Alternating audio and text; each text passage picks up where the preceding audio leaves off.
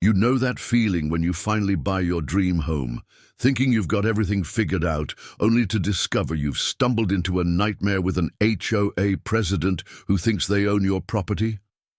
Well, let me tell you about how our HOA president, Mrs. Patricia Blackwood, learned the hard way that she couldn't use my private driveway as her personal truck stop for her 18-wheeler. Before we jump back in, tell us where you're tuning in from, and if this story touches you, make sure you're subscribed, because tomorrow I've saved something extra special for you. I never imagined I'd end up in a full-blown war with our HOA president, but when she started treating my property like her private parking lot and tried to claim my driveway was community property, I had to take action. The look on her face when that tow truck dragged away her precious semi-truck at 3 a.m. was absolutely priceless. But I'm getting ahead of myself here. Let me start from the beginning. My name's Mike, and about 8 months ago my wife Emma and I bought our first home in Cypress Grove Estates, a quiet suburban community just outside of Austin, Texas. We'd spent years saving up, and this beautiful corner lot with its extra-wide driveway seemed perfect for our car restoration hobby. The previous owner had even installed special reinforced concrete that could handle heavy vehicles, though I never imagined how crucial that detail would become. The first few weeks were like a dream. We were settling in, meeting neighbors, and slowly making the place our own. Sure, there were the usual HOA rules to follow: trash can placement, approved paint colors, all that standard stuff, but nothing seemed too unreasonable at first. That is, until Patricia decided my driveway would make the perfect overnight parking spot for her husband's trucking business. It started small, just a few hours here and there. Then it became overnight parking. Soon, that massive blue Peterbilt was becoming a permanent fixture on my property. When I politely asked her to move it, she just laughed and said, "Oh, honey, as HOA president, I have certain privileges. Besides, this is technically a community easement."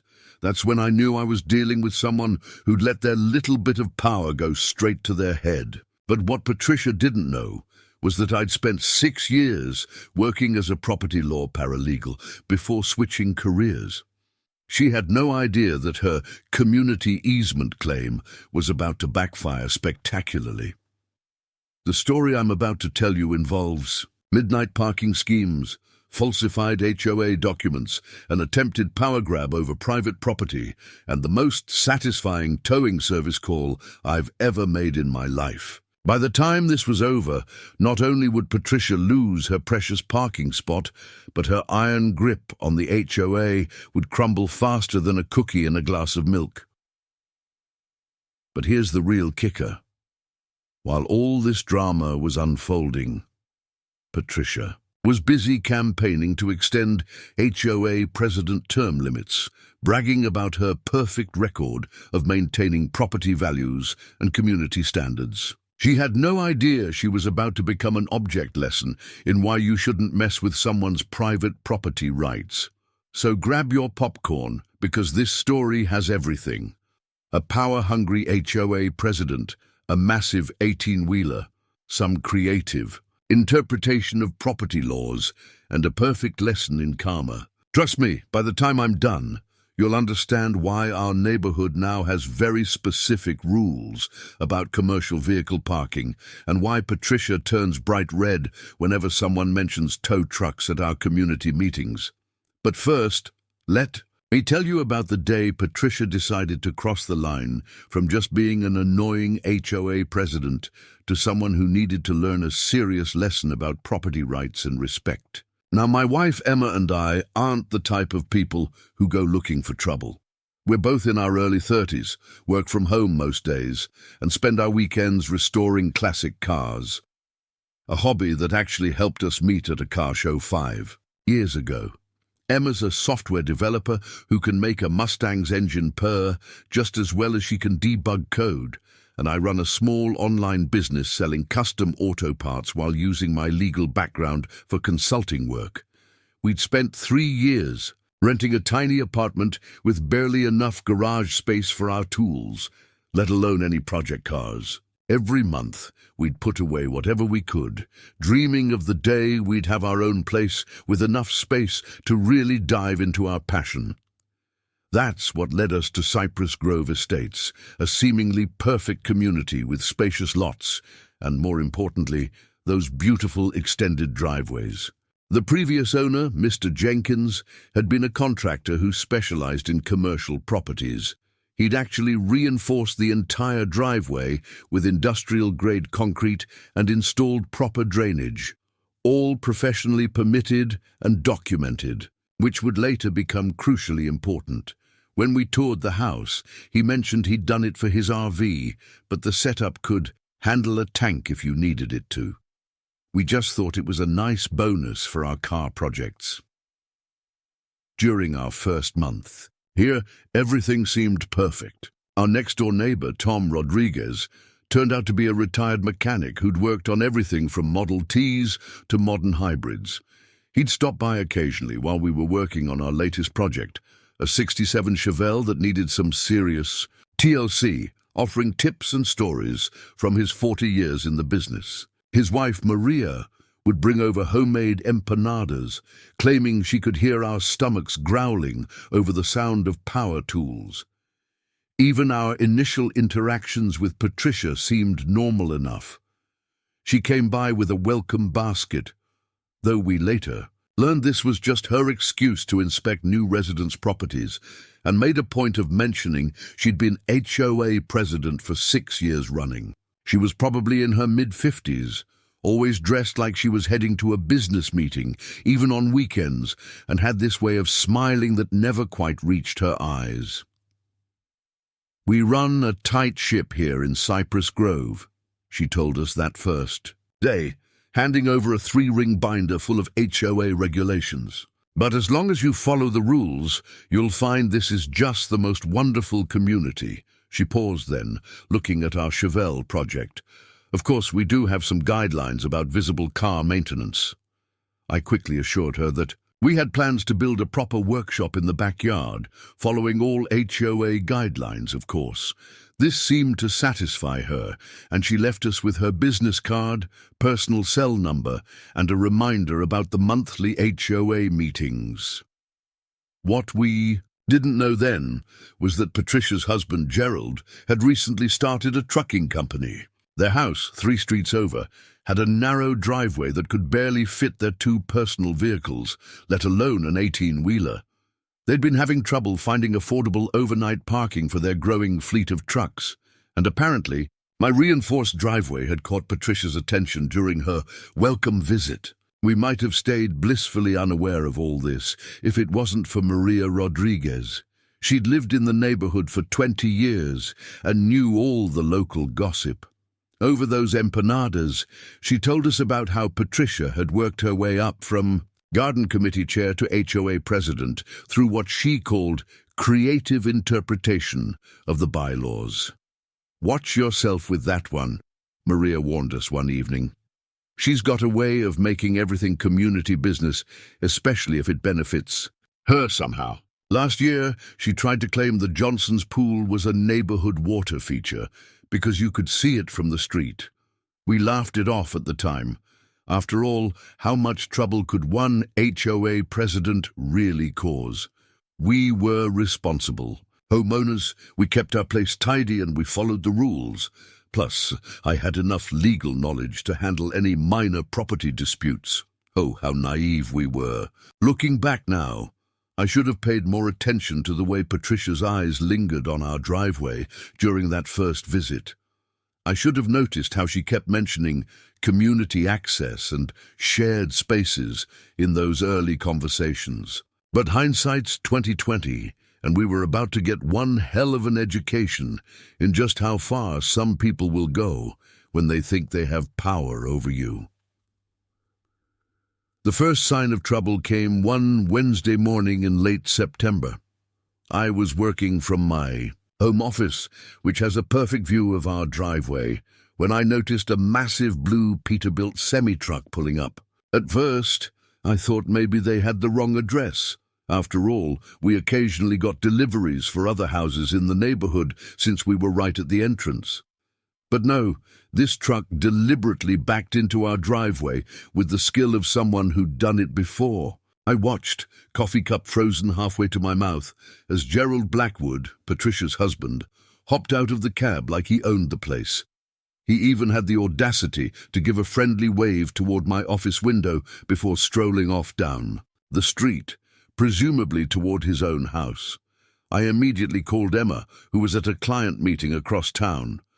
"Honey, you're not going to believe what just happened," I began, describing the scene. She was just as confused as I was. "Maybe it's temporary," she suggested, "like maybe they're doing road work on their street or something." That theory lasted about 10 minutes, right until Patricia showed up at our door. She had that same not quite reaching her eyes smile plastered on her face. "Oh, Mike, I meant to catch you earlier. I hope you don't mind. Gerald needs to park his truck for just a few hours. You see, we're having some work done on our street, and your driveway is just perfect with that lovely reinforced concrete." Now, I'm generally a pretty accommodating person, and if she'd asked permission beforehand, I might have even said yes for a genuine emergency. But the way she just assumed she could use our property, that rubbed me the wrong way. Still, I decided to be civil about it. "Patricia, I appreciate you letting me know, but in the future, please ask before parking any vehicles in our driveway," I said, trying to keep my tone professional. "When will Gerald be moving the truck?" Preparing and narrating. This story took us a lot of time, so if you are enjoying it, subscribe to our channel. It means a lot to us. Now back to the story. Her smile tightened just a fraction. "Oh well, the roadwork might take a day or two, but don't worry. As HOA president, I can assure you this falls well within our community guidelines about helping neighbors in need." That's when I noticed she was holding a manila folder. She pulled out what looked like a printed email and handed it to me. It was supposedly from the city works department, detailing road repairs on her street. Later, I discovered this document was about as real as a $3 bill, but at that moment, I was still trying to give her the benefit of the doubt. The rest of that day was frustrating, to say the least. The truck took up most of our driveway, forcing Emma to park on the street when she got home. We had to cancel our evening plans to work on the Chevelle because we couldn't get it out of the garage. Tom Rodriguez came by, took one look at the situation, and shook his head knowingly. "Saw this coming," he said, leaning on our fence. "You know, they tried this with the Hendersons last month. Their driveway's reinforced too. But old Bill Henderson threatened to call the cops immediately, so they backed off. That's when he filled us in on the real story. Turned out Gerald's trucking business had been growing faster than they could handle. They'd lost their commercial parking arrangement at a lot in the industrial district due to non-payment, and had been playing musical chairs with their trucks around the neighborhood for weeks. "They've got 3 trucks now," Maria added, joining us with her inevitable plate of empanadas. "Been causing havoc all over Cypress Grove. Patricia keeps claiming it's temporary and neighborhood emergency parking, but everyone knows better." As we stood there talking, more details emerged. The Johnsons had found one of the trucks parked across their driveway one morning. The Patel family had woken up to find their mailbox knocked over by a truck trying to maneuver in the cul-de-sac. Every incident was met with the same response: Patricia wielding HOA bylaws and throwing around her authority as president. I went to bed that night assuming the truck would be gone in the morning. I even convinced myself that maybe this was just a one-time thing, an actual emergency that would blow over. But when I woke up the next day to find not only was the truck still there, but Gerald was in our driveway doing some kind of maintenance on it, I realized this was just the beginning. Little did I know, this was just Patricia's opening move-in, what would become a months-long battle over our driveway, a battle that would ultimately lead to her downfall as HOA president and teach everyone in Cypress Grove a valuable lesson about the limits of HOA authority. That second morning, watching Gerald perform his truck maintenance on our driveway, I decided to do some research. See, one thing my years as a legal paralegal taught me was that documentation is everything. So I pulled out my phone and started recording video, making sure to capture the entire scene, the massive truck taking up most of our driveway, the oil stains already forming on our concrete, and Gerald's casual attitude about using our property as his personal repair shop. I also dug out our property survey, purchase documents, and that HOA regulation binder Patricia had given us. Emma, being the tech-savvy person she is, created a digital folder where we started documenting everything.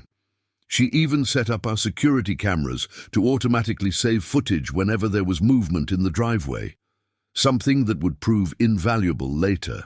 What really got under my skin wasn't just the truck itself, it was what this meant for our plans. We'd specifically bought this house because of that driveway and its potential for our car restoration business.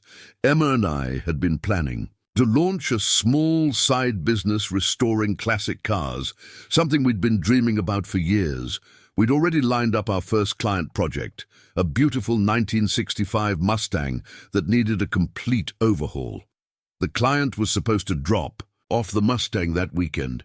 Now, with this massive semi taking up residence in our driveway, we'd have to delay the project. That meant delayed income, disappointed clients, and our dreams being put on hold because Patricia decided our property was her personal solution to her husband's business problems. I called the HOA's official number and left a message requesting the next board meeting's agenda include a discussion about commercial vehicle parking. Then I emailed the same request, making sure to create a paper trail. The response I got back was interesting, to say the least.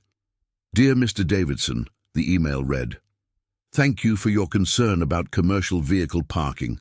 As per HOA President Patricia Blackwood's executive decision, this matter falls under the Community Emergency Response Clause of our bylaws.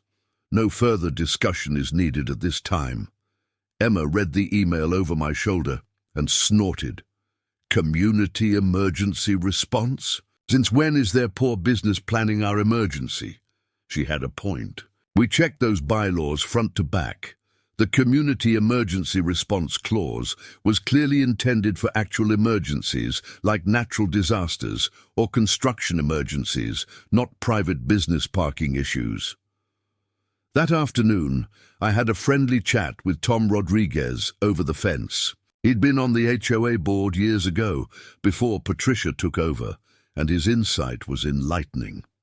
"You know," he said, lowering his voice, "Patricia wasn't even properly elected to her first term. There was some confusion about proxy votes, and several board members mysteriously resigned right after. Been mighty quiet about elections ever since. This got me thinking. I started digging deeper into the HOA's records, which, as a homeowner, I had every right to access. Emma created a spreadsheet to track board meetings, votes, and membership changes over the past 6 years.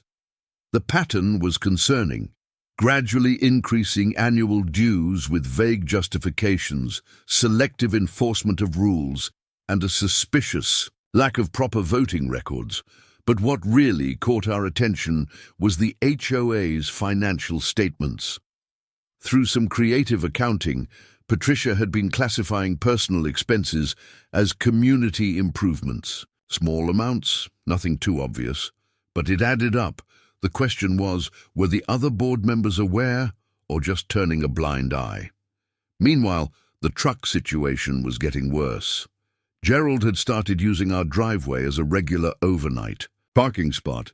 The noise of him leaving at 4 a.m. was bad enough, but the diesel fumes were seeping into our house, and the oil stains on our driveway were becoming permanent. Our property value was taking a hit, and our dreams of a home-based business were slipping away.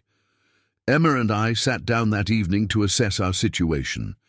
We had several issues to deal with: the immediate problem of the truck, the larger issue of HOA mismanagement, and the potential impact on our future plans.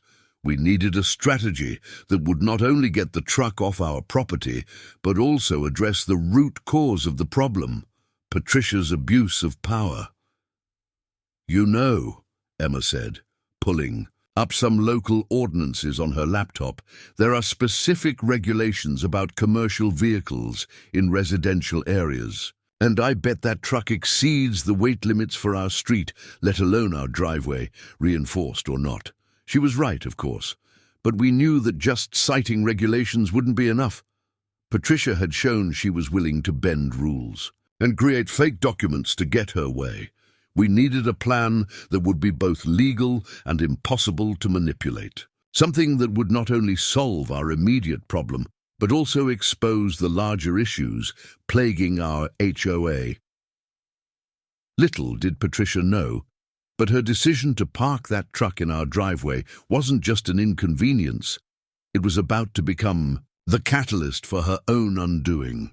The situation came to a head on a Friday evening, about a week after the truck first appeared. Emma and I had just finished dinner when we heard the now familiar rumble of Gerald's Peterbilt pulling into our driveway. Only this time, he wasn't alone. A second truck, this one a red Kenworth, followed right behind him. I was out the doctor before the engines even stopped running. "What's going on?" I demanded, watching as Gerald and another driver started positioning both trucks in our driveway. The two massive vehicles took up every inch of available space, even blocking part of the sidewalk. "Evening, Mike," Gerald called out cheerfully, like we were old friends. "Don't worry about Jimmy's truck here, it'll just be for the weekend." Having some issues with our usual parking arrangement, and Patricia mentioned how helpful you've been. I felt my blood pressure rising. No, absolutely not. One truck was never okay, and two is completely unacceptable. You need to move them both now. That's when Patricia appeared. She had an uncanny ability to show up whenever there was confrontation brewing. She was carrying what looked like official documents, her heels clicking purposefully on the sidewalk as she approached. "Now, Mike," she began in that condescending tone she'd perfected, "I've just signed an emergency HOA provision about community support during business hardships. As your neighbors are experiencing a commercial parking crisis, all suitable driveways must be made available for temporary use." She tried to hand me the document, but I refused to take it. "That's not how this works, Patricia. You can't just make up rules to suit your personal needs. This is private property, and I want both trucks removed immediately." Her friendly facade dropped instantly. "Actually, according to the community easement guidelines, your driveway falls under shared access regulations. If you check Section 7.3 of the bylaws—" "I have checked them," I interrupted, pulling out my phone where I'd saved the relevant documents. "There is no such regulation. You're making things up, and we both know it." Patricia's face flushed red. "How dare you accuse me of lying? I am the HOA president, and I are abusing your position," Emma finished, joining us outside. She had her laptop with her and was recording the entire interaction. "We've documented everything, Patricia. The fake roadwork notice, the unauthorized use of our property, the oil damage to our driveway, and now this attempted takeover with a second truck." Gerald stepped forward, trying to play peacemaker. "Look, folks, we're all neighbors here. Maybe we can work something out. A rental fee, perhaps?" "Not interested," I stated firmly. "You have 1 hour to remove both trucks, or I'm calling a tow company." Patricia actually laughed. "You can't do that. Any towing has to be approved by the HOA. Board first. It's in the bylaws." "Those bylaws apply to street parking and common areas," I corrected her. "This is private property. I can have unauthorized vehicles towed at any time." "We'll see about that," Patricia snapped, pulling out her phone. She walked a few steps away and started making calls, presumably to other board members. While this was happening, Emma noticed something concerning. "Mike," she whispered, pointing to the trucks, "look at what's leaking." Sure enough, both trucks had small puddles forming underneath them. Oil, transmission fluid, or something equally damaging to our driveway. I started taking photos of the leaks while Emma continued recording. Gerald and his friend Jimmy shifted, Uncomfortably, clearly aware of the problem, but not sure what to do about it, Patricia returned, looking triumphant. "I've just spoken with our HOA attorney. He confirms that under our community guidelines—" "Let me stop you right there," I interrupted, holding up my hand. "I've also been in touch with an attorney. Would you like to know what they said about falsifying documents and attempting to seize private property under false pretenses?" The smug look on Patricia's face faltered slightly. She hadn't expected us to fight back with legal knowledge of our own, but instead of backing down, she doubled down. "Well, if you want to play hardball," she said, her voice taking on a threatening tone, "perhaps it's time for the HOA to conduct a thorough inspection of your property. I'm sure we'll find numerous violations that need immediate attention, and those fines can add up quickly." That was the moment I realized there would be no reasoning with her. She was so used to bullying people into submission that she couldn't handle anyone standing up to her. The situation had escalated from a simple parking dispute to a full-blown abuse of power. Emma and I exchanged glances. We had hoped to resolve this reasonably, but Patricia had just shown her true colors. It was time to put our plan into action. A plan that would not only get these trucks off our property, but would expose years of HOA misconduct. The next few hours would change everything in Cypress Grove Estates, though none of us knew it yet. As the sun set and tensions rose, we were about to teach Patricia a lesson about the limits of her authority, and it would start with 2 very expensive tow trucks. After Patricia's threat about property inspections, Emma and I went back inside to strategize. The 2 trucks sat in our driveway like massive metal monuments to HOA overreach, their diesel engines ticking as they cooled in the evening air. Through our security cameras, we could see Patricia still outside making more phone calls and gesturing animatedly. "She's bluffing about the HOA attorney," Emma said, pulling up our research folder on her laptop. "I checked the HOA's financial records, and they haven't paid any legal fees in over 2 years. Either they have the world's most generous lawyer, or she's lying." I nodded, already drafting an email to my old colleague Sarah Chen at the property law firm where I used to work. "What concerns me more is the property inspection threat. You know she'll try to manufacture violations." Emma smiled mischievously. "Already on it." She turned her laptop to show me a spreadsheet she'd created. "I've documented the current condition of every inch of our property. Photos, videos, timestamps. If she suddenly finds violations, we can prove they're fabricated." While Emma continued fortifying our digital defense, I made 2 important phone calls. The first was to Big Jim's towing service, a company I'd researched thoroughly after the first truck appeared. They specialized in heavy vehicle towing and, more importantly, had a reputation for standing their ground against aggressive owners. "Yeah, we can handle 2 semis, Big Jim confirmed. "But you better be sure about this. HOA disputes can get messy." I assured him I had all the necessary documentation proving my property rights. We agreed on a time, 3 a.m., when the trucks would definitely be parked for the night. The timing wasn't just about convenience, it was strategic. Patricia and Gerald couldn't arrange alternate parking in the middle of the night. My second call was to Officer Martinez at our local police department's non-emergency number. I'd gotten to know him over the past week, having called several times to establish a record of the situation. "Document everything," he advised. "If there's any confrontation during the tow, we'll send a unit out.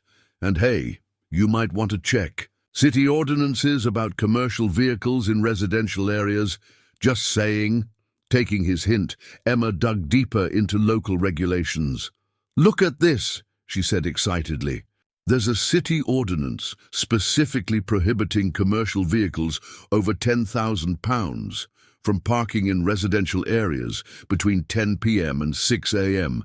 These trucks are way over that limit." We were interrupted by a knock at the door. It was Tom Rodriguez, looking concerned.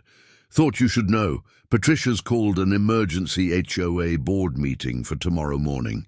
She's telling everyone you're hostile to community cooperation and threatening legal action against neighbors in need. I had to laugh at that. Neighbors in need? They're running an illegal commercial trucking operation out of our driveway. Tom shook his head. She's good at spinning stories. Got half the neighborhood convinced you're the bad guys. But listen, Maria's been talking to the other neighbors. Some of them have stories about Patricia's creative interpretations of HOA rules.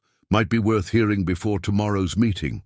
We spent the next hour in Tom and Maria's kitchen, recording testimonials from a steady stream of neighbors. The Patels told us about their mysteriously increasing HOA fines that disappeared when they hired Patricia's sister's landscaping company. The Hendersons shared documents showing how their approved home addition was suddenly unapproved until they let Gerald park his truck in their driveway for a month. The problem, Maria explained, serving her signature empanadas, is that everyone's been too afraid to speak up individually.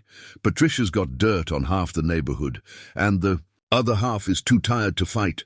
By 10 p.m. we had a solid file of evidence showing a pattern of HOA abuse.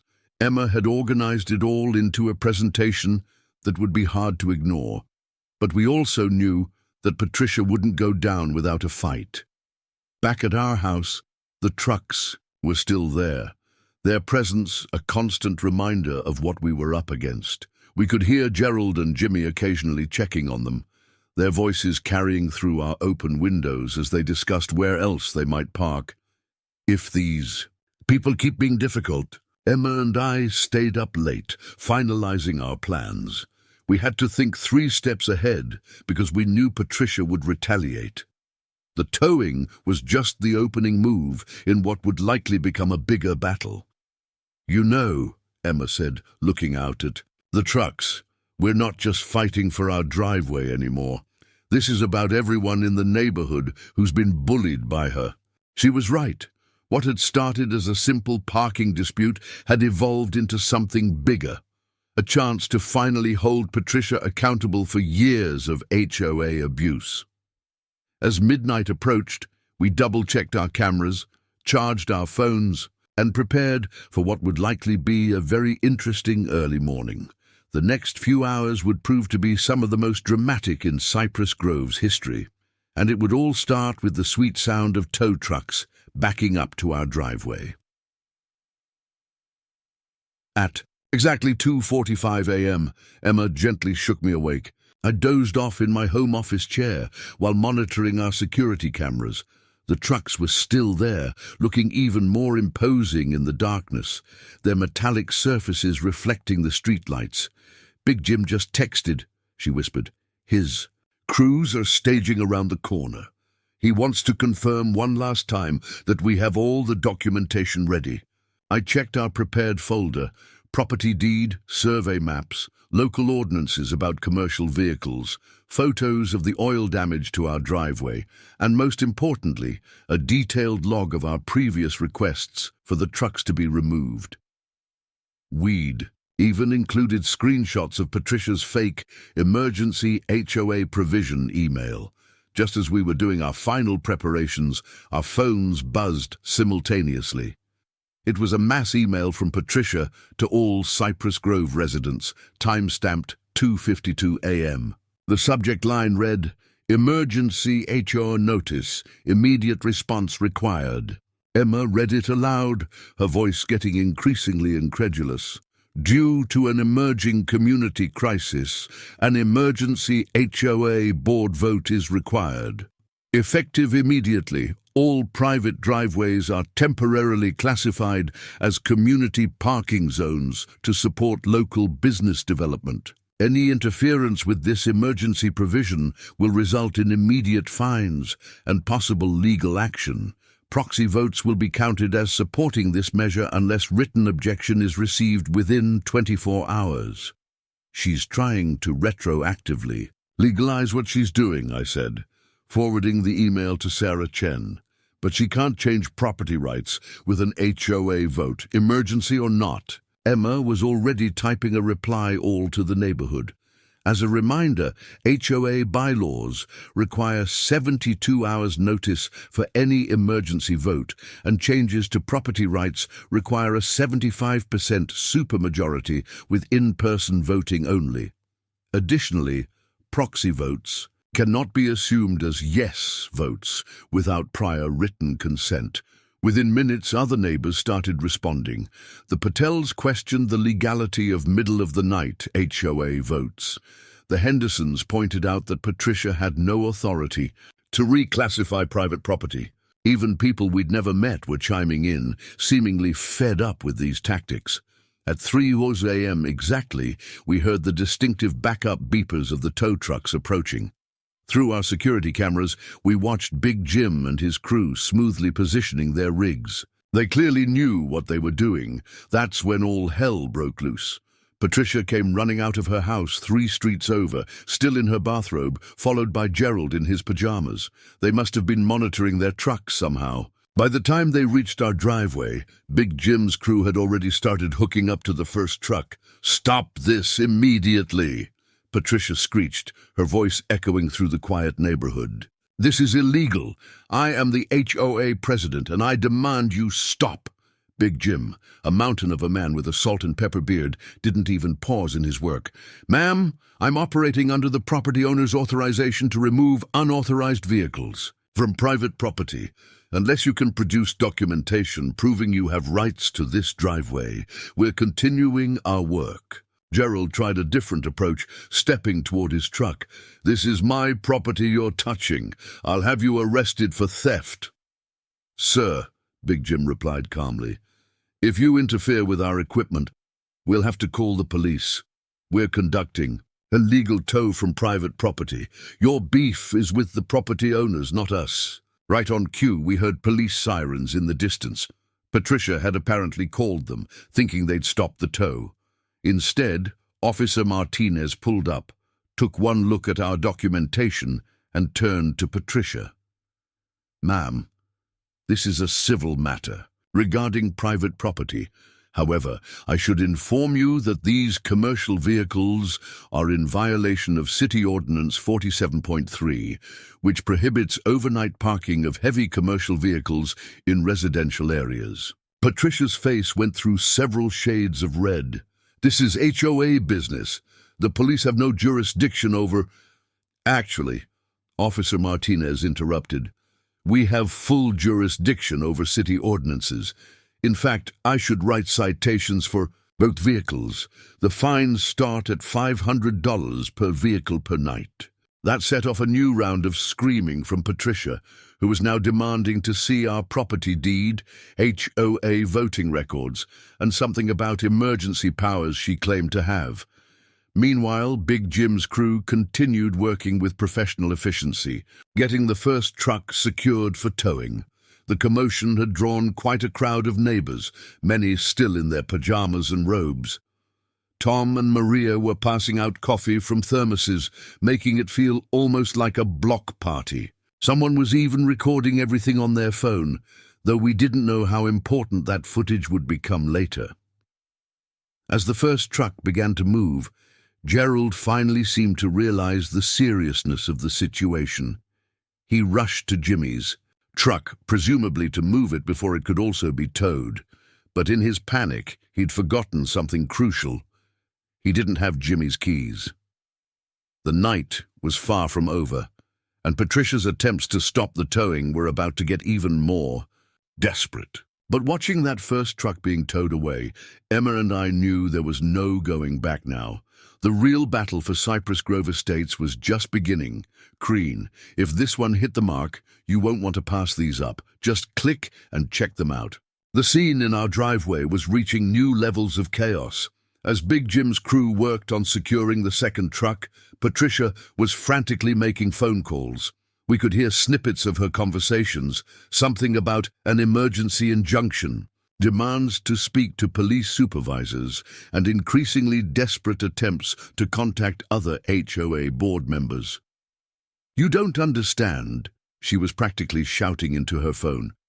"I need Judge Matthews on the phone right now. I don't care what time it is." Emma and I exchanged knowing looks.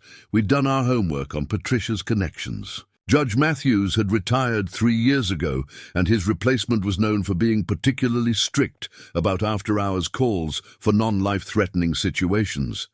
Gerald, meanwhile, was having his own crisis. Jimmy, the owner of the second truck, wasn't answering his phone. The keys were locked inside the cab, and the truck was already halfway onto Big Jim's second tow rig. The look of panic on Gerald's face was almost comical as he realized both trucks were about to disappear into the night. "This is going to cost us thousands," he yelled at Patricia. "Do something." Patricia switched tactics, turning to the gathered crowd of neighbors. "Don't you all see what's happening here? These people are destroying our community's spirit of cooperation. They're attacking a local business just trying to survive." To her visible shock, nobody seemed sympathetic. In fact, Mr. Patel stepped forward, smartphone in hand. "Is this the same community spirit that had you threaten to fine me for my daughter's medical equipment in the driveway last month? The equipment she needs to breathe?" Others started chiming in.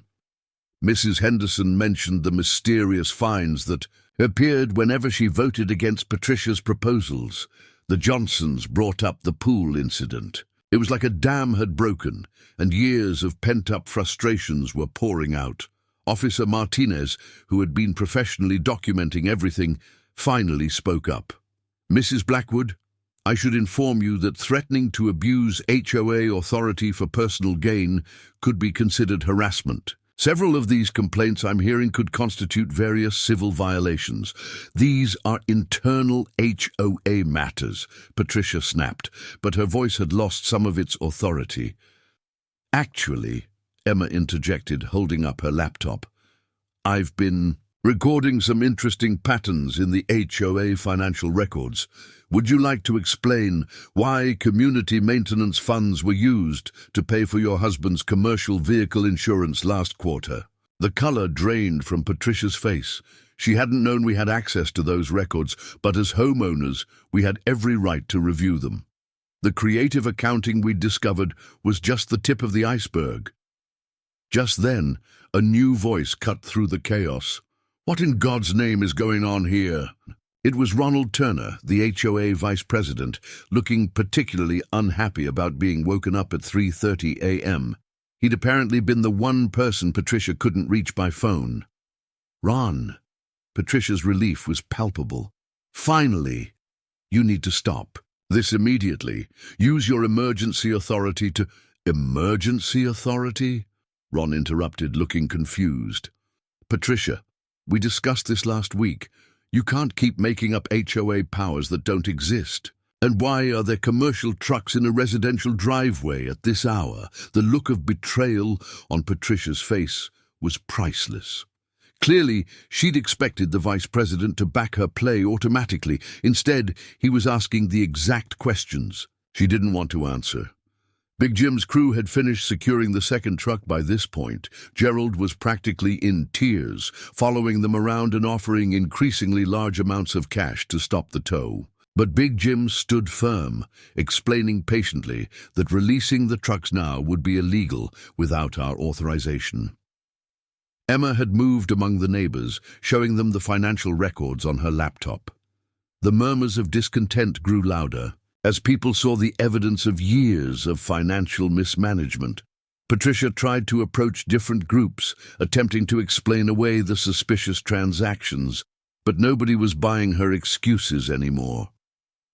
"It's not what it looks like," she kept saying, but even she didn't seem to believe it anymore. The night had taken on an almost surreal quality. Here we were, in the middle of the night, with half the neighborhood in their pajamas, watching years of HOA corruption unravel in real time. The blue and red lights from Officer Martinez's cruiser cast strange shadows, making everything feel like a scene from a movie. As the second truck began its journey to the impound lot, following its companion into the night, Patricia made one last desperate attempt to salvage the situation. But what she did next would prove to be her biggest mistake yet.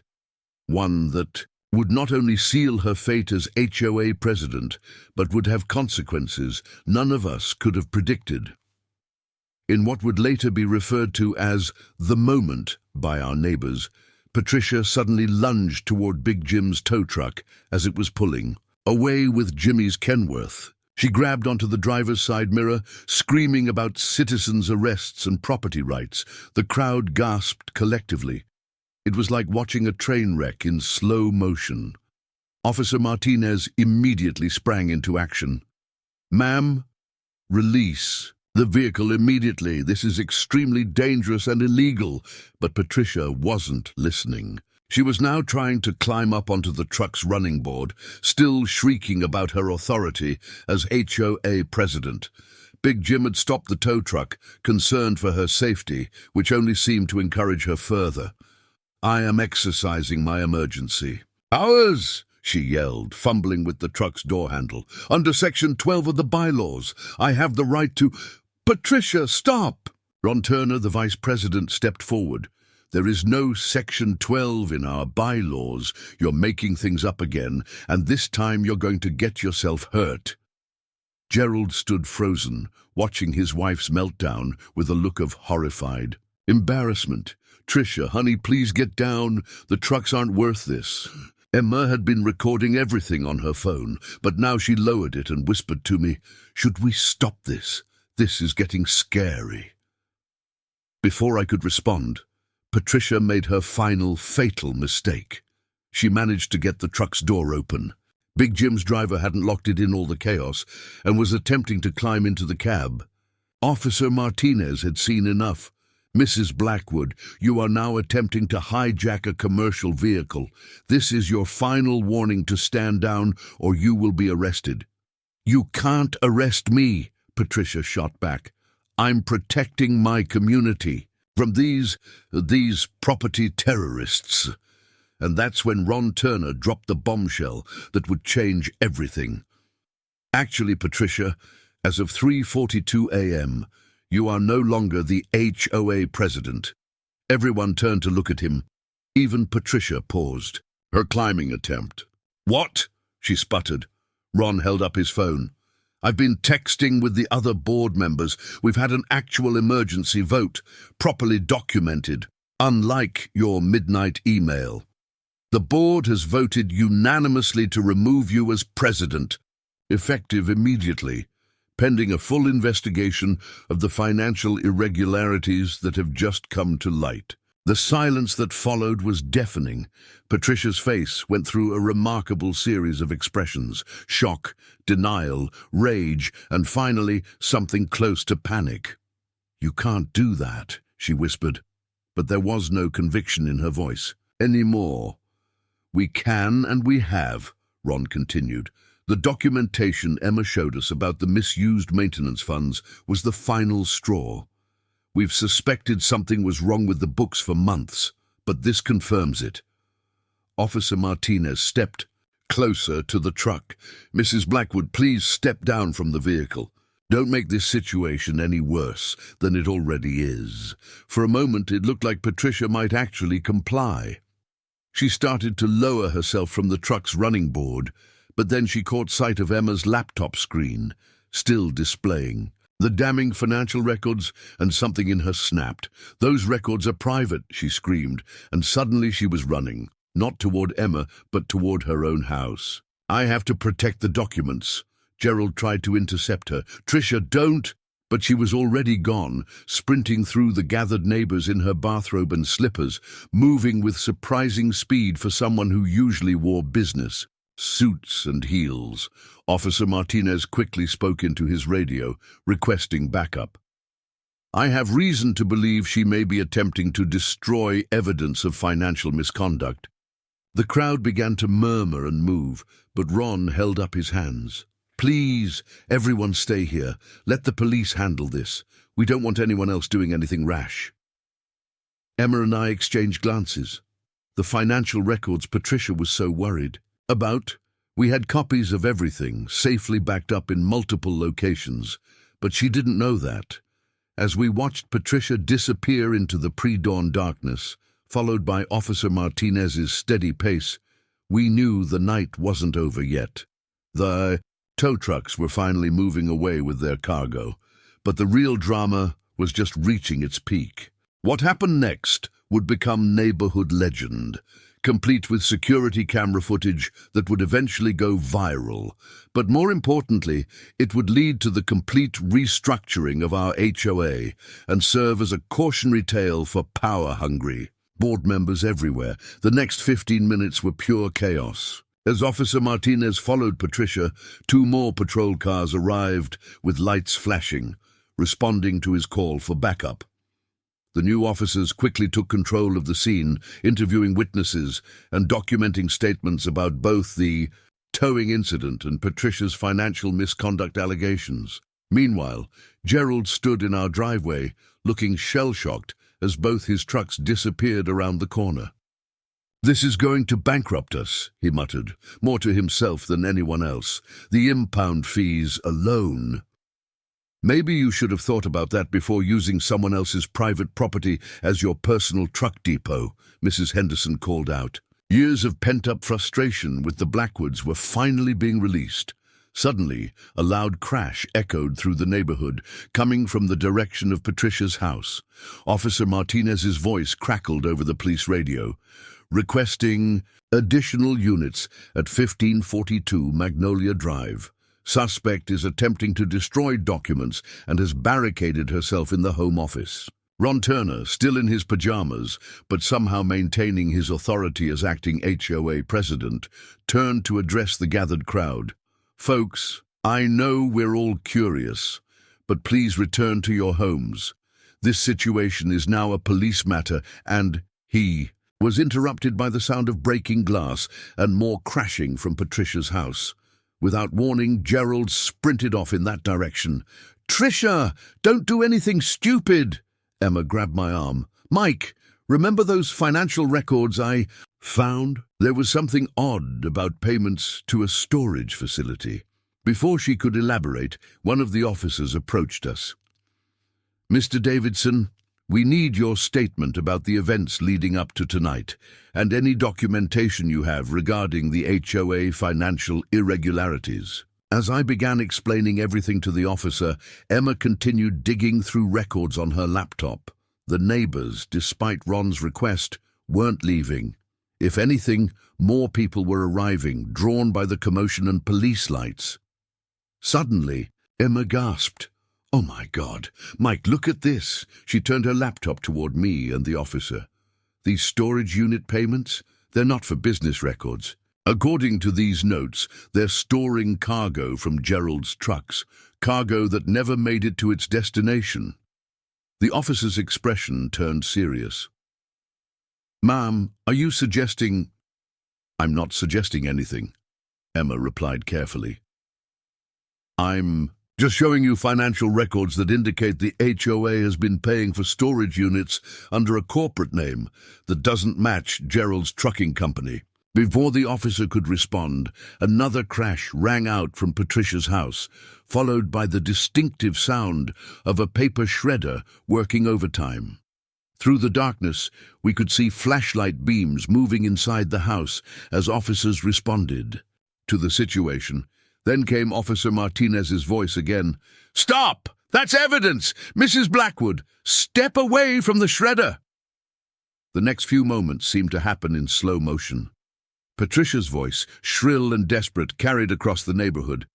"You don't understand. I had to do it. The HOA needed the money, and Gerald's business was failing." More crashing sounds, then sudden silence. The neighborhood held its collective breath. The silence was broken by Gerald's voice, loud and panicked. "Tricia, what did you do?" Emma was still scrolling through records on her laptop. "According to these payments, they've been renting 5 storage units for the past year. Each payment is coded as community record storage, but the amounts are way too high for just papers." The officer with us immediately got on his radio, relaying this information to his colleagues. Within minutes, we could hear more sirens in the distance. Tom Rodriguez, who had been quietly observing everything, suddenly spoke up. "You know, I always wondered about those trucks.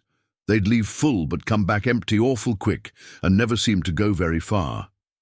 The pieces were falling into place, and the picture they formed was far bigger than a simple parking dispute or even HOA corruption. Patricia hadn't just been abusing her power.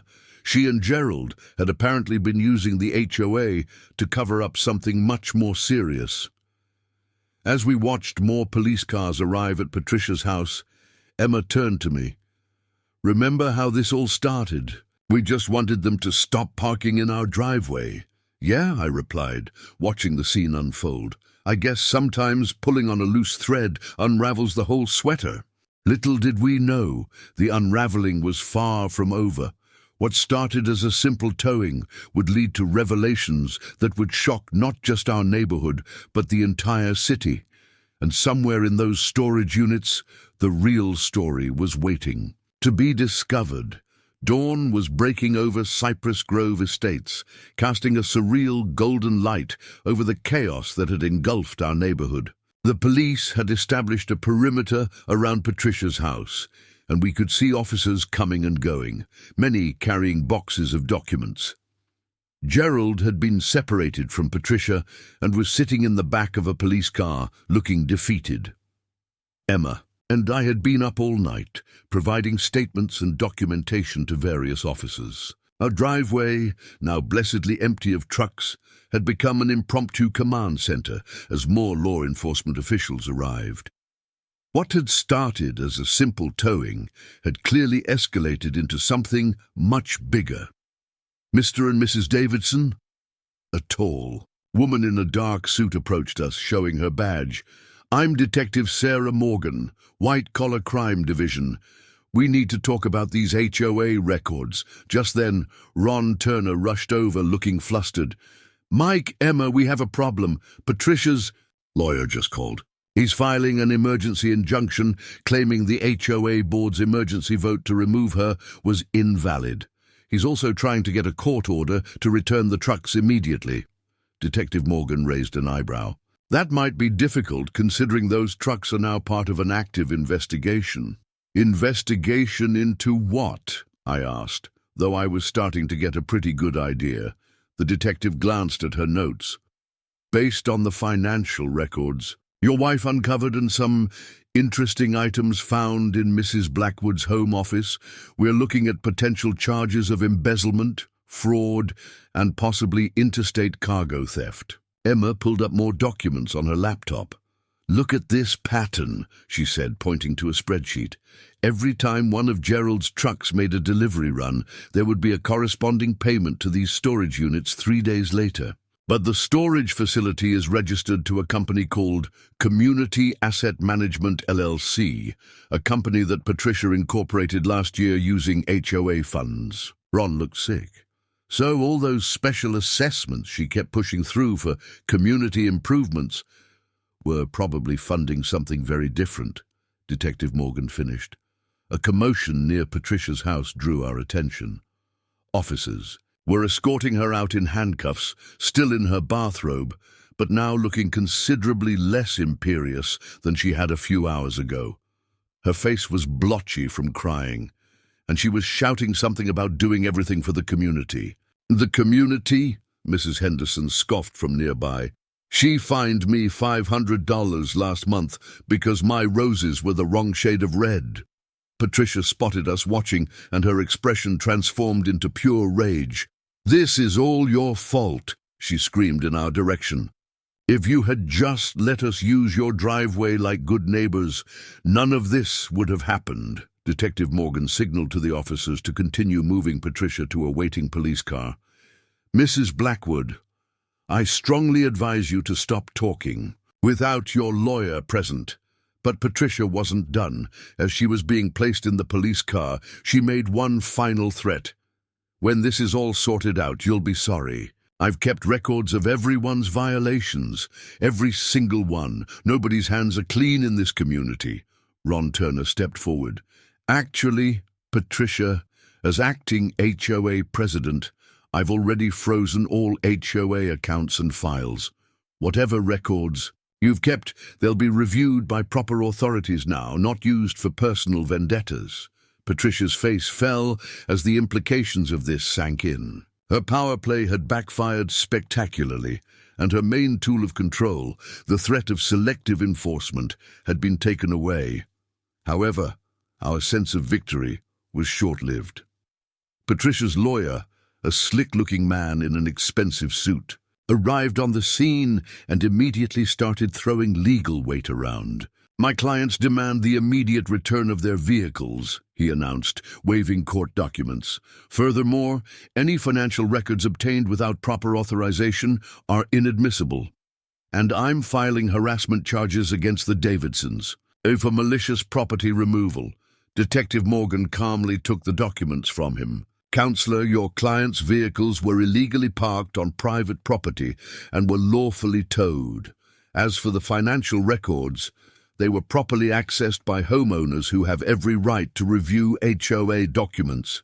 But more importantly, everything is now part of a criminal investigation." The lawyer wasn't deterred. "This is a simple civil matter that's being blown out of proportion.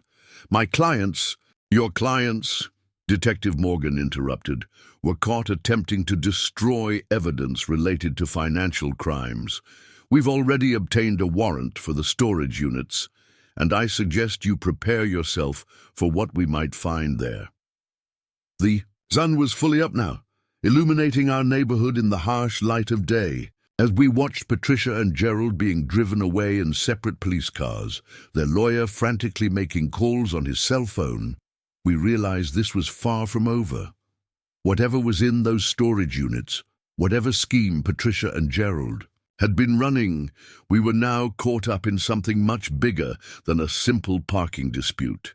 And somewhere out there, two-towed semi-trucks were about to tell their own story to investigators. By mid-morning, Cypress Grove Estates had transformed into something resembling a crime scene from a TV show. Police tape cordoned off Patricia's house. Forensic accountants had set up shop in the community center, and a steady stream of official vehicles moved through our usually quiet streets. News vans had started showing up too, their reporters eager for details about the HOA president, who apparently ran more than just community meetings.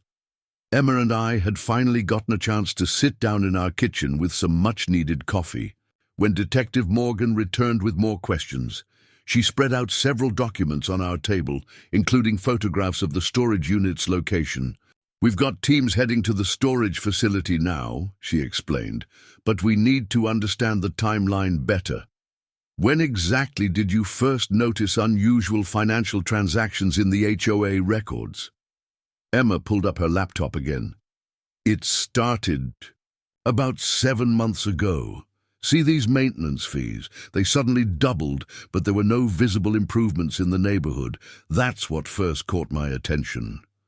Just then, Ron Turner burst in through our back door, looking pale. "You need to see this," he said, holding up his tablet. "Patricia's lawyer just filed a lawsuit against every homeowner who was present during last night's illegal gathering and property seizure. He's asking for $100,000 in damages per household." Detective Morgan didn't seem concerned. "That's a typical intimidation tactic. He's trying to scare people into backing off before we can fully investigate." "But can he do that?" I asked. "Some of our neighbors can't afford to fight a lawsuit, even a bogus one." "He can file whatever he wants," Detective Morgan replied. "But given that his clients are currently the subjects of a criminal investigation, any civil actions will likely be stayed." Our conversation was interrupted by Emma's phone ringing. It was Big Jim from the towing company. "You folks might want to get down to the impound lot," he said, his voice unusually serious. "There's something you need to see." 20 minutes. Later, we were standing in Big Jim's office with Detective Morgan, staring at security camera footage from the truck's arrival at the impound lot. The video clearly showed that while hooking up the trucks for towing, Big Jim's crew had noticed something odd about the trailer seals. "Standard procedure is to document everything before storage," Big Jim explained. When my guys checked the seals, they didn't match the paperwork. Called it in right away. Detective Morgan was already on her phone, expediting a warrant to search the trailers, but that wasn't the biggest bombshell Big Jim had for us. Thing is, he continued, this ain't the first time I've towed trucks for suspicious seal violations. Last 3 months we've had 4 similar cases, all from different locations. But here's the kicker. All those trucks were registered to shell companies that trace back to the same address as your HOA's storage unit company. Emma's eyes widened. Community Asset Management LLC. Big Jim nodded. Bingo. Back in our neighborhood, things were getting tenser. Patricia's lawyer had started sending individual threatening letters to homeowners, demanding they sign affidavits stating they had been coerced into participating in an illegal action against the HOA president. The Patels called us in a panic. He's saying they'll take our house, Mrs. Patel cried over the phone. We can't lose our home, our daughter's medical equipment. More neighbors reported similar threats. The lawyer was specifically targeting the most vulnerable residents, trying to build a case that the community had conspired against Patricia and Gerald, but he hadn't counted on Maria Rodriguez. Our empanada-bearing neighbor had apparently been keeping her own records. She arrived at our door with a thick binder full of documented incidents. 20 years of notes, she announced proudly. Every threat, every selective enforcement, every mysterious fee. I was an administrative assistant for 40 years. Documentation is what I do. Detective Morgan's eyes lit up when she saw Maria's binder. Mrs. Rodriguez, would you be willing to make a formal statement? The detective's phone buzzed. The storage unit warrant had come through. As she prepared to leave, she turned to us. Whatever's in those units, Patricia's lawyer is working overtime to keep us out. That usually means we're onto something big. We watched her drive away, followed by several police vehicles. Our quiet suburban neighborhood had become ground zero for what was clearly developing into a major criminal investigation. Emma squeezed my hand. You know what's ironic? If they'd just asked nicely about using our driveway occasionally, we probably would have worked something out. That's the thing about people drunk on power, Maria observed, still clutching her binder of evidence. They forget how to ask nicely. They forget that real power comes from community, not control. As if to punctuate her words, another round of police sirens wailed in the distance, heading toward the storage facility. Whatever Patricia and Gerald had been involved in, the truth was about to come out, and it would shake our community to its foundations. The next few hours were a whirlwind of activity. Detective Morgan had asked Emma and me to help the forensic accountants make sense of the HOA records, given how familiar we'd become with Patricia's creative bookkeeping. We set up at the community center, which had been transformed into an impromptu investigation headquarters. Look at this pattern, Emma pointed out to one of the accountants. Every time there's a large withdrawal for community improvements, there's a corresponding deposit to Community Asset Management LLC 3 days later, always in amounts just under $10,000. Structuring, the accountant muttered, making notes. Classic technique to avoid banking oversight. Meanwhile, Maria Rodriguez had organized a group of long-time residents to compile their records of Patricia's reign as HOA president.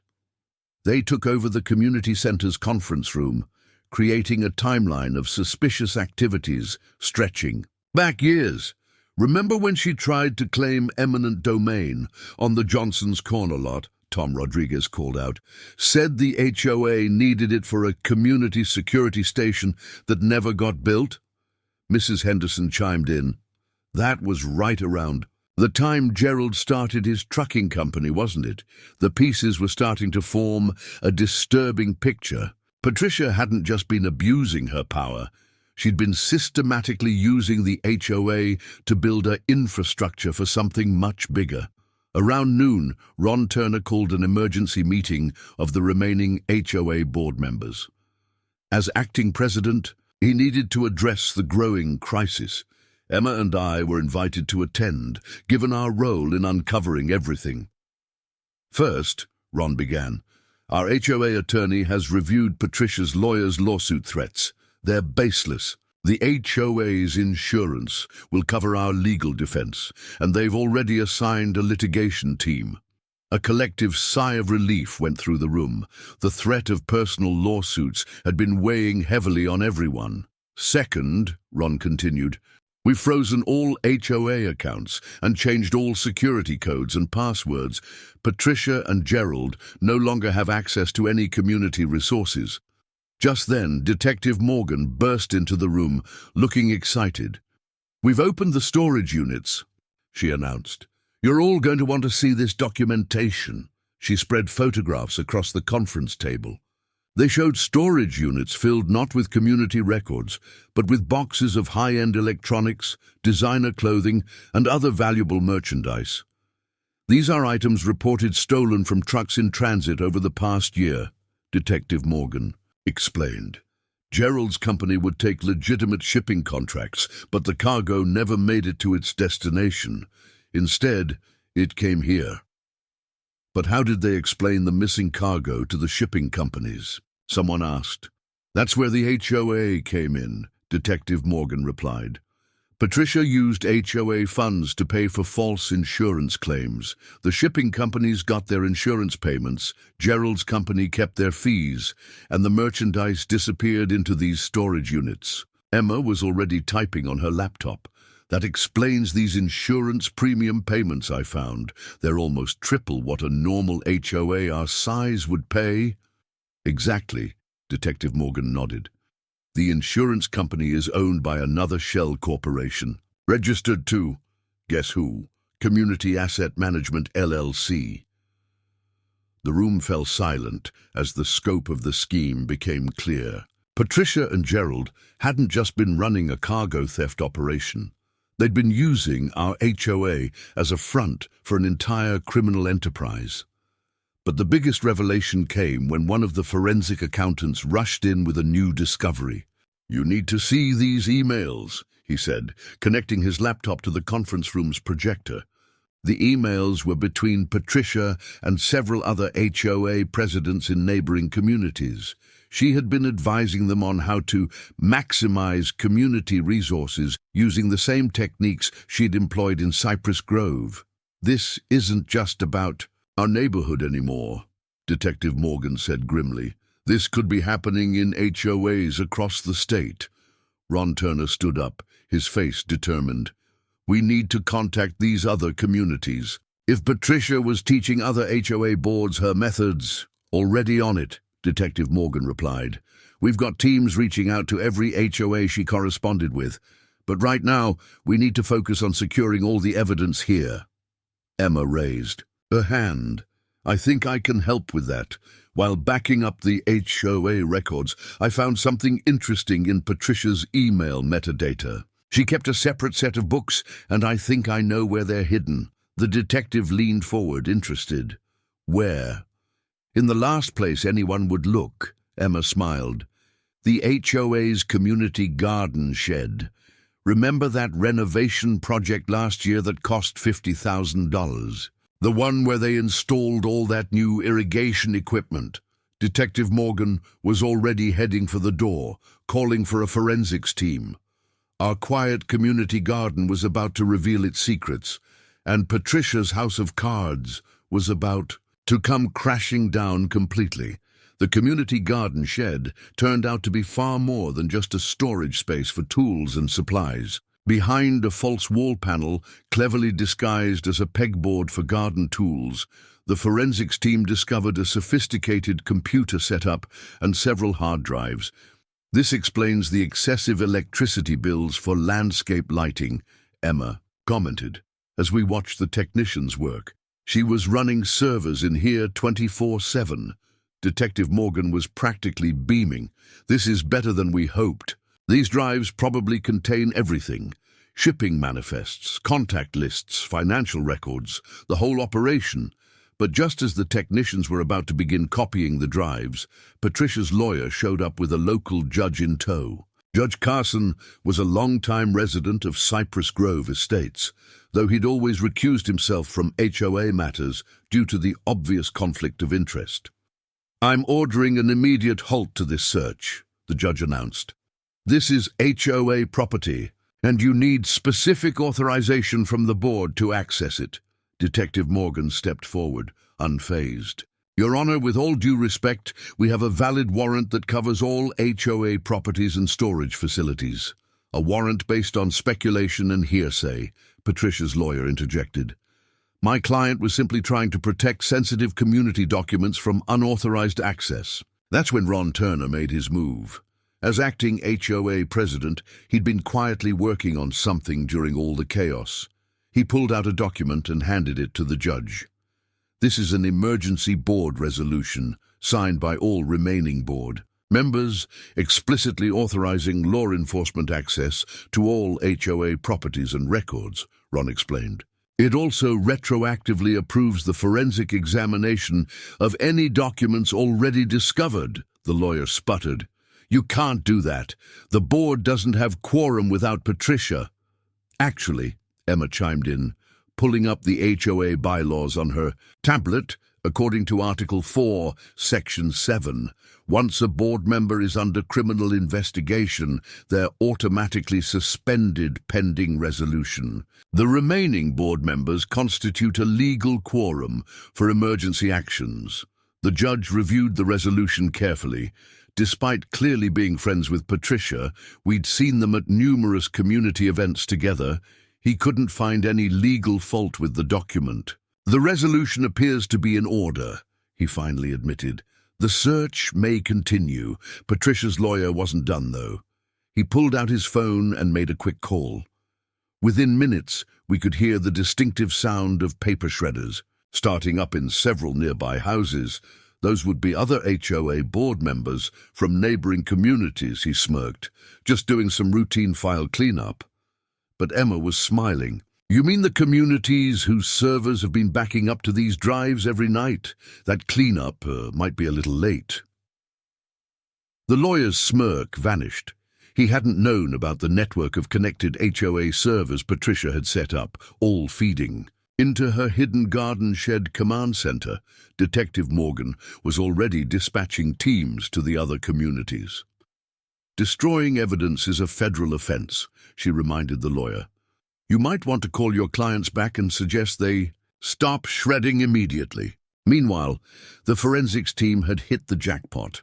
The drives contained years of records, not just from our HOA, but from a network of corrupt homeowners associations across 3 states. Patricia hadn't just been running a cargo theft operation. She'd been teaching other HOA presidents how to use their positions to facilitate various criminal enterprises. "Look at this," one technician called out. They even had a manual. "Community Asset Management, a guide to alternative revenue streams." It's a whole handbook on how to use HOA authority for criminal activities. The evidence was damning. Email chains showed Patricia advising other HOA presidents on everything, from insurance fraud to money laundering, all disguised as legitimate community management. The cargo theft operation was just one part of a much larger scheme. Ron Turner looked sick as he reviewed the documents. "Some of these other HOA presidents, they're people I know, people I've worked with on inter-community projects. That's how she recruited them," Detective Morgan explained. "She'd identify HOAs with financial troubles, then offer their boards a solution to their budget problems. Once they were involved in one scheme, she could pressure them into participating in others."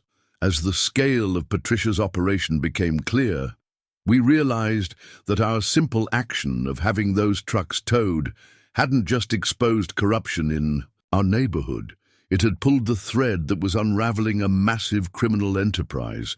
But even as we processed this revelation, Emma noticed something concerning on one of the surveillance feeds she'd accessed. There was movement at Patricia's house, despite it being sealed as a crime scene. Someone had broken in through the back door. Whatever Patricia was so desperate to hide, someone was trying to get to it before the police could. The question was, who?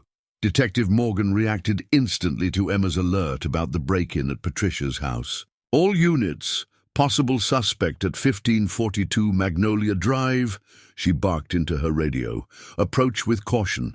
Suspect may be destroying evidence. Through the security camera feed on Emma's laptop, we could see a shadowy figure moving through Patricia's home office. They seemed to know exactly what they were looking for, heading straight to specific locations rather than randomly searching. "That's not a burglar," Emma observed. "They know the layout too well. Look how they're avoiding the creaky floorboard by the desk. You'd only know about that if you'd been in there many times." She was right. The mystery person moved with the confidence of someone familiar with the space, methodically checking certain spots while ignoring others. Then the figure turned slightly toward the camera, and we caught a glimpse of their face. "That's Jimmy!" I exclaimed, recognizing the driver of the second truck we'd had towed. The one whose truck Patricia tried to hijack. Detective Morgan was already moving. He must be trying to retrieve something before we find it. All units converge on location. Subject identified as James Morrison, person of interest in ongoing investigation. But Jimmy wasn't working alone. As police units approached Patricia's house, 3 more vehicles suddenly pulled up to different entrances. More people emerged, all wearing dark clothing and moving with purpose. "Those are other truck drivers," Ron Turner said, recognizing them. "From previous incidents in the neighborhood. Gerald's employees, or whatever they really are." Through Emma's laptop, we watched a coordinated search operation unfold. These weren't just drivers, they moved like a trained team, communicating through hand signals and covering each other's movements. Whatever was hidden in that house, it was important enough to risk breaking into a crime scene to retrieve. Detective Morgan's team had the house surrounded, but they were proceeding cautiously. "We don't know if they're armed," she explained, "and we don't want them destroying whatever they're looking for before we can secure it." That's when Emma noticed something on another camera feed. "Look, the garden shed. Someone's accessing the hidden server room." Sure enough, another figure had slipped into the shed, while everyone's attention was focused on the house. Through the camera, we could see them rapidly downloading files from the hidden servers onto a portable drive. "That's got to be their tech person," Emma said. "They're trying to wipe the servers remotely, but they need a direct connection to access everything." Detective Morgan split her team, sending officers to both locations. But before they could move in, something unexpected happened. Patricia's lawyer arrived at the scene, and instead of looking surprised by the break-in, he walked straight up to the police perimeter and announced he had an emergency court order. "This document grants my client's employees access to retrieve personal property," he declared, holding up official-looking papers. "Any interference will constitute a violation of—" He never finished that sentence because at that moment a loud explosion rocked the garden shed. Smoke began pouring out of the ventilation system they'd disguised as irrigation equipment. "They're destroying evidence," Detective Morgan shouted. "Move in now." What followed was chaos. The team in Patricia's house started running in different directions, some trying to escape, others seemingly searching more frantically. The person in the shed emerged coughing, clutching a smoking laptop and external drives. Through it all, Patricia's lawyer stood calmly at the perimeter, recording everything on his phone. He seemed almost satisfied, as if this destruction was exactly what he'd been stalling for. But he hadn't counted on Emma's technical skills. While everyone was focused on the physical chaos, she'd been busy in the background. "I got it," she announced triumphantly. "When they connected to wipe the servers, I managed to create a backup of everything they're trying to delete. It's already uploading to the FBI's secure server." The lawyer's satisfied expression vanished. He quickly tried to delete whatever he'd been recording on his phone, but Detective Morgan was faster.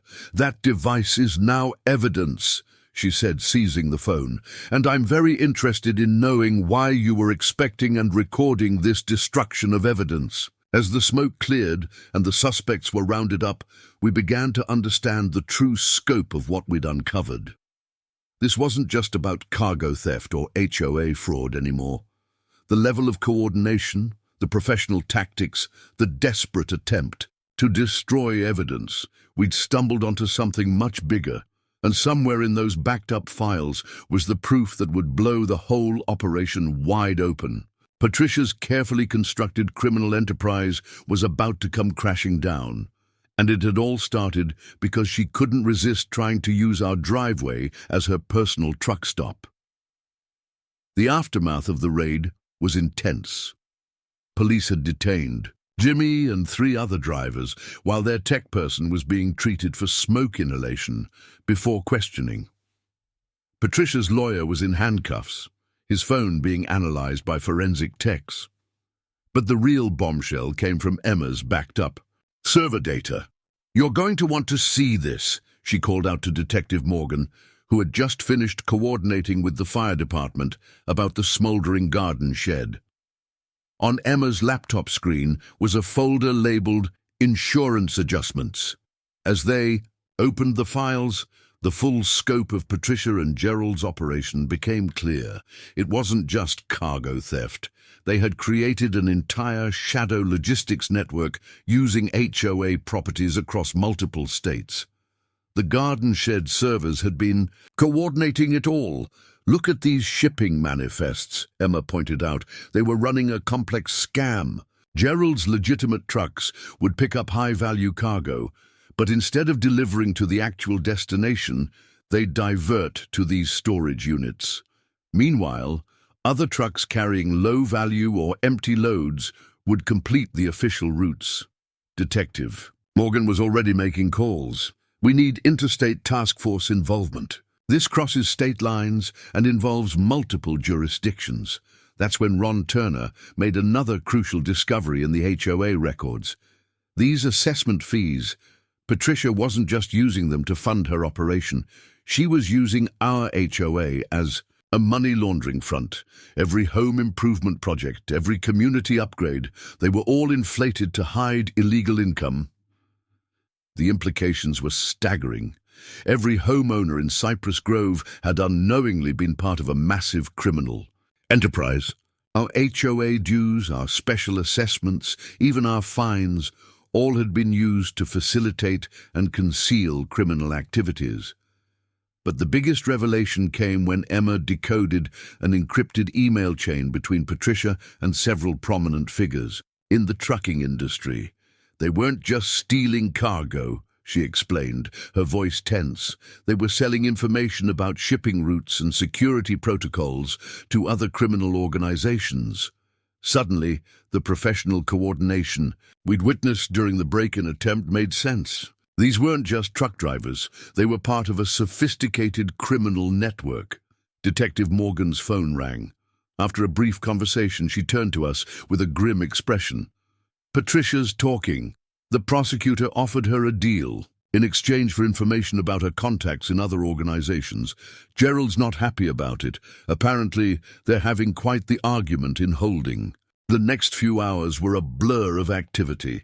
FBI agents arrived, taking over the investigation due to its interstate nature. More search warrants were being executed at HOAs across 3 states.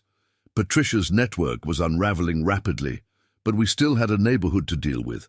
Ron called an emergency community meeting to inform everyone of what had been discovered. The community center was packed. Every resident wanted answers. "I know this is shocking," Ron began, addressing the crowd. "We've all been victimized by this scheme, but we need to focus on moving forward and rebuilding our community's trust." The reactions were mixed. Some residents were angry about their HOA dues being used for criminal activities. Others were worried about property values now that our HOA was at the center of a federal investigation. But mostly, people were relieved that Patricia's reign of terror was finally over. Mrs. Patel stood up, still clutching one of Patricia's threatening letters about her daughter's medical equipment. "What happens to all the fines she imposed? The rules she created?" "All of Patricia's actions as HOA president are being reviewed," Ron explained. "Any fines or penalties that were part of her scheme will be invalidated. We're also implementing New transparency measures to prevent anything like this from happening again. That's when Tom Rodriguez made an unexpected suggestion. You know what we should do with Patricia's garden shed command center? Turn it into a real community space, a reminder that this neighborhood belongs to all of us, not just whoever has the biggest stick. The idea caught on quickly. Plans were made to convert the shed into a genuine garden education center, complete with legitimate irrigation systems this time. It would stand as a symbol of our community's recovery and renewal. As the meeting continued, Emma's phone buzzed with a text from Detective Morgan. The FBI had just raided one of the storage units Patricia had mentioned in her confession. What they found there would turn a criminal enterprise investigation into a matter of national security. Our quiet suburban neighborhood had unknowingly been at the center of something far larger and more dangerous than we could have imagined. And it all started because Emma and I refused to let someone park their trucks in our driveway. The national security implications became clear the next morning when a fleet of unmarked government vehicles descended on the storage facility. Emma and I watched from Big Jim's towing office as agents in various agency jackets swarmed the units. "Those aren't just FBI agents anymore," Big Jim observed, peering through his office window. "I'm seeing Homeland Security, DEA, and some badges I don't even recognize. We'd been called to the impound lot because the authorities needed our statements about the trucks we'd had towed. But what started as a routine witness interview quickly turned into something more significant when the agents opened the trailers. The cargo theft was just a cover," the lead investigator explained, showing us photographs of sophisticated electronic equipment hidden in false compartments within the trailers. These trucks weren't just stealing legitimate cargo. They were using regular shipping routes to transport surveillance equipment and data collection devices. It turned out that Gerald's trucking company had been contracted by several major technology firms to transport their products. Patricia had used this legitimate access to gather intelligence about corporate security systems, which she then sold to the highest bidder. The HOA network was just one part of a massive industrial espionage operation. Back in Cypress Grove, the revelations kept coming. The FBI had set up a temporary command center in our community center, interviewing residents and piecing together years of Patricia's activities. The garden shed servers had contained more than just HOA records. They held detailed files on dozens of major corporations and their security protocols. Your wife's quick thinking with that backup probably prevented a major national security breach, Detective Morgan told me.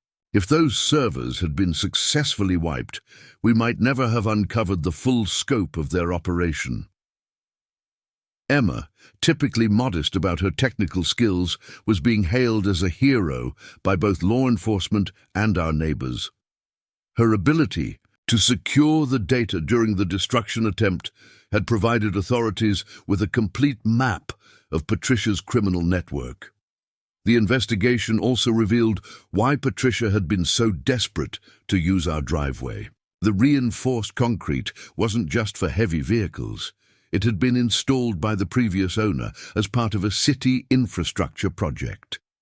Underneath was a major fiber optic cable junction that Patricia's team had been trying to access for their surveillance operations.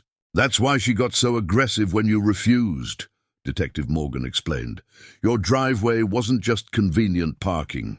It was crucial to their data collection operation. The implications spread beyond our neighborhood."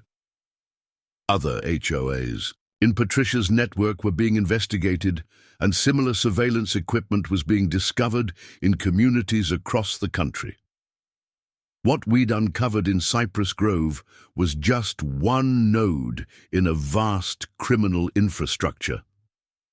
Tom and Maria Rodriguez had become unofficial community historians, documenting everything for what they called the Cypress Grove Recovery Project.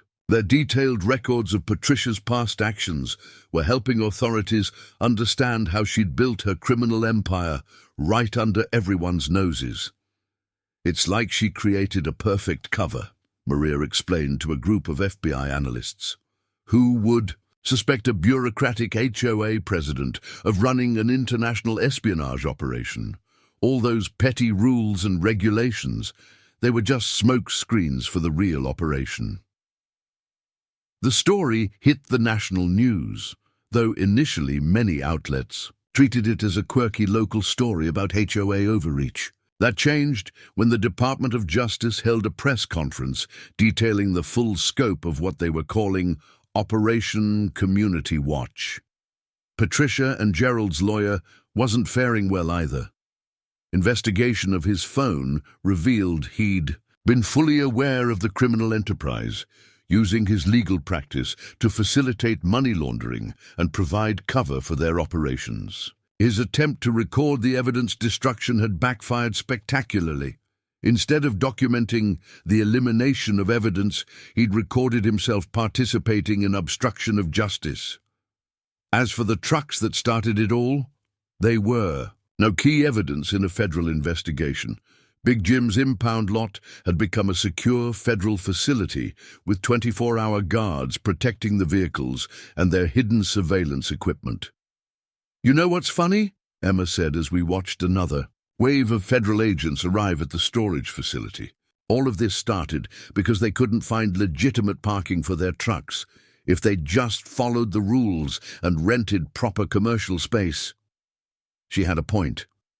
Patricia's need to control every aspect of her operation, to keep everything under her direct supervision, had ultimately led to her downfall.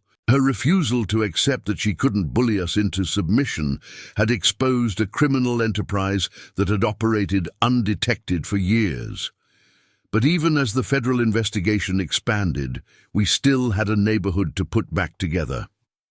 The challenge now was rebuilding our community's trust and ensuring that our HOA would never again be used as a cover for criminal activities. The federal investigation had turned our quiet suburban community upside down, but life in Cypress Grove had to go on. Ron Turner, still serving as acting HOA president, called another community meeting to address the practical matters we now faced. "First order of business," Ron announced to the packed community center, "is addressing the financial impact. The FBI has frozen all HOA accounts pending their investigation, but we still have community maintenance needs. This was a serious concern. Everything from street lighting to garbage collection was typically funded through our HOA dues. The federal authorities had promised to expedite their review of our accounts, but bureaucracy moves slowly. That's when Emma stood up with a solution. "I've been analyzing our legitimate operational costs versus Patricia's inflated numbers," she explained, projecting a spreadsheet on the wall. "Our actual maintenance expenses are about a third of what we've been paying. We've been massively overcharged to cover Patricia's criminal activities." The revelation caused an uproar. Years of inflated dues and unnecessary special assessments had padded Patricia's operation while straining our neighbors' finances. Mrs. Patel calculated she'd paid nearly $15,000 in excess fees over the past 3 years, money that could have gone to her daughter's medical care. But then something remarkable happened. Tom Rodriguez raised his hand. "I have some savings set aside. I'd be willing to loan the HOA enough to cover essential services until the accounts are unfrozen." Others quickly joined in. The Hendersons offered to handle community landscaping temporarily. The Johnsons, who owned a security company, volunteered to patrol the neighborhood. Even Big Jim from the towing company offered a month of free services. "This is exactly what community means," Ron said, visibly moved. "Not Patricia's version of control and intimidation, but neighbors helping neighbors." Meanwhile, the federal investigation was yielding more surprises. Detective Morgan visited us with updates about the surveillance equipment found in the trucks. The technology is military grade, she explained. They were using it to hack into corporate networks through seemingly innocent delivery routes. The scheme was ingenious in its simplicity. Gerald's trucks would park near corporate offices, using their legitimate delivery status as cover while the hidden equipment collected data. Patricia's HOA network provided safe houses and storage facilities across multiple states, all hidden behind the bureaucratic maze of community regulations. "But why our driveway specifically?" I asked. "There must have been other places they could park." Detective Morgan pulled out a map. "Your house sits at a perfect triangulation point between three major tech companies' offices. The reinforced concrete and underground cable junction made it an ideal monitoring station. Patricia didn't just want to park there, she needed that specific location for their surveillance operation." The investigation also revealed why Patricia had been so confident in her authority. She'd created a complex web of fake legal documents, backdated board decisions, and falsified community votes to give herself nearly unlimited power within the HOA. Any resident who challenged her would find themselves buried in apparently legitimate violations and fines. "Check this out," Emma called from her laptop, where she was still analyzing the recovered server data. She had a whole system for identifying potential troublemakers. Anyone who questioned her authority or requested financial records was flagged for special monitoring. The list of monitored residents was extensive, but what caught our attention was a recent addition. Our names, added the day we refused to let Gerald park his truck in our driveway. Next to our entry was a note: "Potential security risk. Implement containment protocol." That explains the sudden wave of violation notices and fines, I realized. She was trying to force us out before we could expose anything, but Patricia's containment protocol had backfired spectacularly. Her aggressive response to our simple parking dispute had drawn exactly the kind of attention she'd been trying to avoid. All those years of careful planning and manipulation had unraveled because she couldn't handle being told no. The federal agents were particularly interested in the garden shed server room. What looked like ordinary irrigation equipment had actually been a sophisticated climate control system for the servers. Patricia had literally built a high-tech surveillance hub right under our noses, disguising it as community infrastructure. "The level of planning is impressive," one FBI tech admitted as they dismantled the setup. "If she'd put this much effort into legitimate business, she could have been incredibly successful." As we watched them work, Emma squeezed my hand. "Remember, when we first moved in, all we wanted was a nice house with a good driveway for our car restoration projects."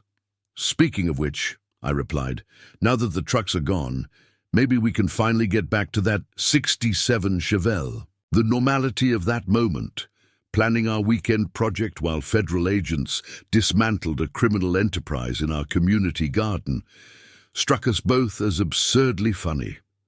Sometimes the biggest changes start with the smallest stands." The fallout from Patricia's criminal enterprise spread far beyond our neighborhood. Over the next few weeks, similar investigations popped up in communities across the country. HOA presidents who had attended Patricia's leadership seminars were being questioned, and more surveillance operations were being uncovered. "It's like she created a franchise model for HOA corruption," Detective Morgan explained during one of her update visits. She'd identify HOAs with financial troubles, approach them with her community management solutions, and gradually pull them into her network. The impact on the trucking industry was equally significant. Gerald's company wasn't the only one involved. Several major carriers had unknowingly hired drivers connected to Patricia's operation. The Department of Transportation had launched a comprehensive review of commercial trucking security protocols. In Cypress Grove, we were dealing with our own aftermath. The FBI had finally unfrozen our HOA accounts, revealing the true extent of Patricia's financial manipulation. Over 7 years, she had embezzled nearly $2 million through inflated fees and fake maintenance projects. "Look at this," Emma said, reviewing the forensic accounting reports. "Remember that emergency roof repair assessment last year? The contractor she hired was a shell company. They did minimal work and pocketed $150,000. The revelation led to a class action lawsuit on behalf of all Cypress Grove residents. Patricia's extensive asset network, built through years of criminal activities, was being liquidated to repay her victims. The first checks had started arriving, bringing a measure of justice to neighbors like the Patels, who had struggled under her excessive fees. But the money wasn't the most important change. Our community had been transformed by the experience. The new HOA board, led by Ron Turner, had implemented radical transparency measures. All financial decisions were now posted publicly, and monthly meetings were streamed live for residents who couldn't attend in person. "We're calling it the Cypress Grove model," Ron explained proudly. "Other communities are already adopting our transparency protocols. Some state legislators are even looking at making similar measures mandatory for all HOAs. The garden shed had been completely renovated, stripped of its surveillance equipment and converted into a genuine community space. Tom and Maria Rodriguez ran weekly gardening classes there, teaching residents about native plants and sustainable landscaping. The irony of using Patricia's former command center for actual community benefit wasn't lost on anyone.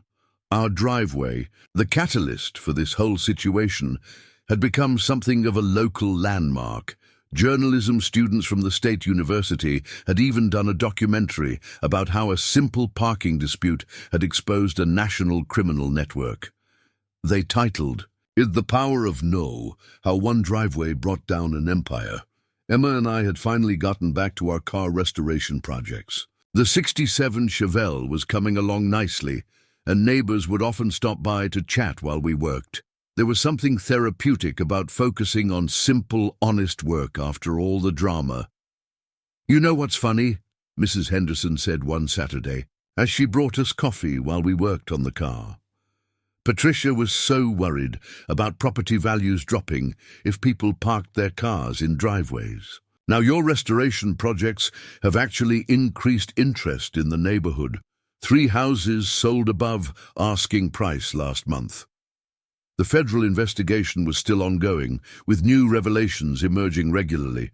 Patricia and Gerald had both taken plea deals, agreeing to provide information about their larger network in exchange for reduced sentences. Their cooperation had led to arrests across multiple states and the recovery of millions in stolen goods and surveillance equipment. Patricia's lawyer hadn't fared much better. His attempt to record the evidence destruction had backfired spectacularly, providing prosecutors with clear evidence of his involvement in the conspiracy. He was facing disbarment along with criminal charges. The storage units had yielded another, surprise, detailed files on potential targets for future operations. Patricia had been planning to expand her surveillance network to include government facilities, using the same HOA-based infrastructure that had worked so well in the corporate sector. She was playing a long game, Detective Morgan told us. Each HOA was like a piece on a chessboard, positioned strategically for maximum coverage. Your driveway wasn't just convenient, it was a crucial node in her planned expansion. The case had even prompted federal legislation. The Community Oversight and Transparency Act was making its way through Congress, aimed at preventing HOAs from being used as covers for criminal enterprises. Emma had been invited to testify about the technical aspects of Patricia's operation and how similar schemes could be prevented. But perhaps the most significant change was in how our community functioned. The fear and intimidation that had characterized Patricia's reign had been replaced by genuine cooperation and trust. Neighbors who had once avoided each other, afraid of being reported for minor violations, were now working together to rebuild our community. 1 year to the day after we had those trucks towed from our driveway, Cypress Grove Estates held a community celebration, not just to mark the anniversary of Patricia's downfall, but to celebrate how far we'd come as a neighborhood. The event was held in our newly renovated community center, which had been upgraded using funds recovered from Patricia's seized assets. The garden shed, once her secret command center, was now a thriving education space, with actual gardening classes and community workshops. "Sometimes I have to pinch myself," Ron Turner said during his speech as our officially elected HOA president.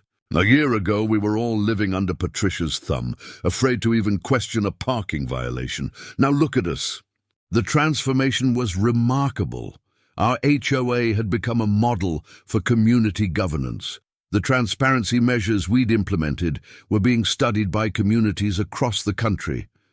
Emma had even started a consulting business, helping other HOAs implement similar oversight systems. "The funny thing is," Emma told a group of visiting HOA representatives, "all the technology Patricia used to control people, we're now using similar systems to ensure accountability. Every financial transaction is tracked, every decision documented and publicly accessible." The federal investigation had concluded with some staggering numbers. Patricia's network had encompassed 47 HOAs across 12 states. The surveillance operation had compromised security at over 200 corporate facilities. Total recoveries, including seized assets and stolen goods, exceeded $50 million. Patricia and Gerald had received their sentences, 15 years each in federal prison, plus millions in fines and restitution. Their lawyer got 10 years for his role in the conspiracy. Jimmy and the other drivers had received reduced sentences for cooperation. But the real story wasn't about the criminals. It was about how a community had reclaimed itself. The Patels had used their restitution money to install a state-of-the-art air filtration system for their daughter. The Hendersons had started a neighborhood beautification program that actually focused on beauty, not control. "Remember when she tried to fine me for my roses being the wrong shade of red?" Mrs. Henderson laughed during the celebration. "Now we have a community garden with every color imaginable." Tom and Maria Rodriguez had turned their documentation of Patricia's reign into a handbook on recognizing and preventing HOA abuse. "Never again," Maria said firmly, showing me the published copy. "No one should have to live in fear in their own community." Our driveway, the spark that had ignited everything, had become something of a symbol.